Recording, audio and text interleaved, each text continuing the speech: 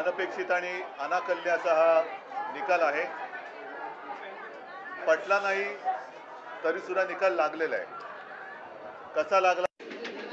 आज महाराष्ट्राच्या सर्वांनाच पडलेला प्रश्न आहे। विधानसभा निवडणुकांचा निकाल लागला तरी देखील जे जिंकले त्यांचं मी अभिनंदन करतो आणि ज्यांनी प्रामाणिकपणाने महाविकास आघाडीच्या त्यांना मी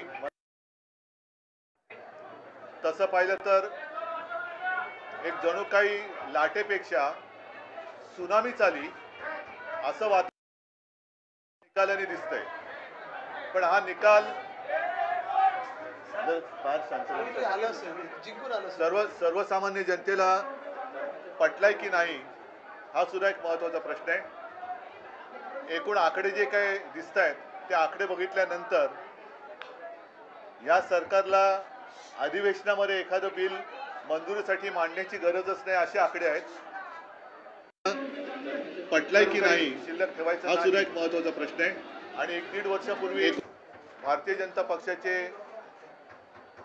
तुर्तास असलेले अध्यक्ष जे.पी. नड्डा जे बोलले होते की एकच पक्ष राहील, party, one nation one election आणि वन पार्टी या दिशेने आपली आगेकूच चालली की काय असं भीतीदायक चित्र आहे। एकूणच हा निकाल जर का बारकाईने पाहिला तर आम्ही ज्या काही प्रचार सभा घेतल्या संपूर्ण राज्यभर आम्ही सगळेच फिरलो। सुषमाताई आहेत, अनिल आहेत, आदित्य आहेत, संजय आहे, मी स्वतः आहेत। हा निकाल म्हणजे लोकांनी महायुतीला मतं का दिली? सोयाबीनला भाव मिळत नाही म्हणून दिली का? कापसाची खरेदी होत नाही म्हणून दिली का? महाराष्ट्रातले उद्योग गुजरातला नेले जात आहेत म्हणून दिले का? महिलांची सुरक्षितता वाऱ्यावरती सोडली गेले म्हणून दिली का? म्हणजे नेमकं कळत नाही की कोणत्या प्रेमापोटी तर हा शब्द चुकीचा आहे, रागापोटी अशी ही लाट जणू काय उसळले हे कळत नाहीये।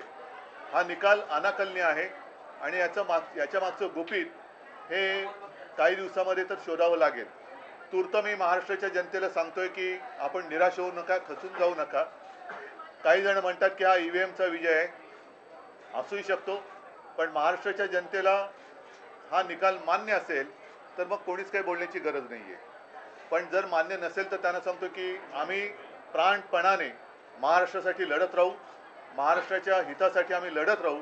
कोणी काही म्हटलं तरी महाराष्ट्राच्या जनतेला मी वचन देतो की आम्ही तुमच्या सोबत आहोत।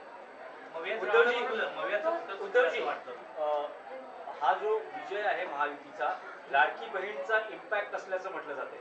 लाडकी बहीणचा इम्पॅक्ट जर का असेल तर मग बाकीच्या ज्या काही गोष्टी या उघड उघड दिसत होता, आपण सुद्धा रिपोर्टिंग केलेलं आहे। मी तेच म्हटलं ना की सोयाबीनला भाव नाहीये, कापूस खरेदी होत नाही, शेतकऱ्याच्या डोक्यावरती कर्ज चढलेलं आहे, बेरोजगारी वाढते आहे, महिला असुरक्षित आहेत, ह्या अशा अनेक गोष्टी, बेकारी वाढते आहे। तर लाडकी बहीण पेक्षा ज्या महिला आमच्या सभेला प्रचंड संख्येने येत होत्या त्यांच्यासमोर प्रश्न होता की घर कसं वाढवायचं, चालवायचं, कारण महागाई वाढते म्हणजे वाढती महागाईची शाबासकी म्हणून या सरकारला मत दिलं का?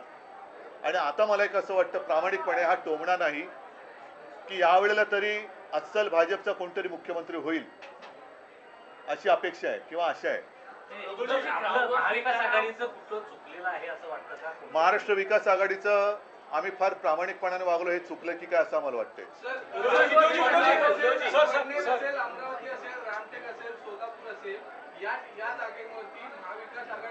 288 पैकी या मोजलेल्या जागा किती आहेत?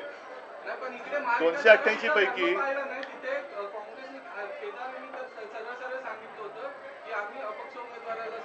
बरोबर आहे, पण 288 पैकी ह्या जागा किती आहेत आणि अशाच काही जागा या त्यांच्याकडे पण आहेत। पण म्हणून मी म्हटलं ना की अशी लाट उसळले असं काय नेमकं यांनी काम केले ते तिथे दाखवा ना। पण आणखीन एक गोष्ट अशी आहे की ठीक आहे, आता ते जिंकलेले तर आहेत, त्याच्यामुळे त्याच्यात मला त्यांचं अभिनंदन करण्यामध्ये मला कुठे कद्रूपणा दाखवायचं नाहीये, मी त्यांचं अभिनंदन करतो।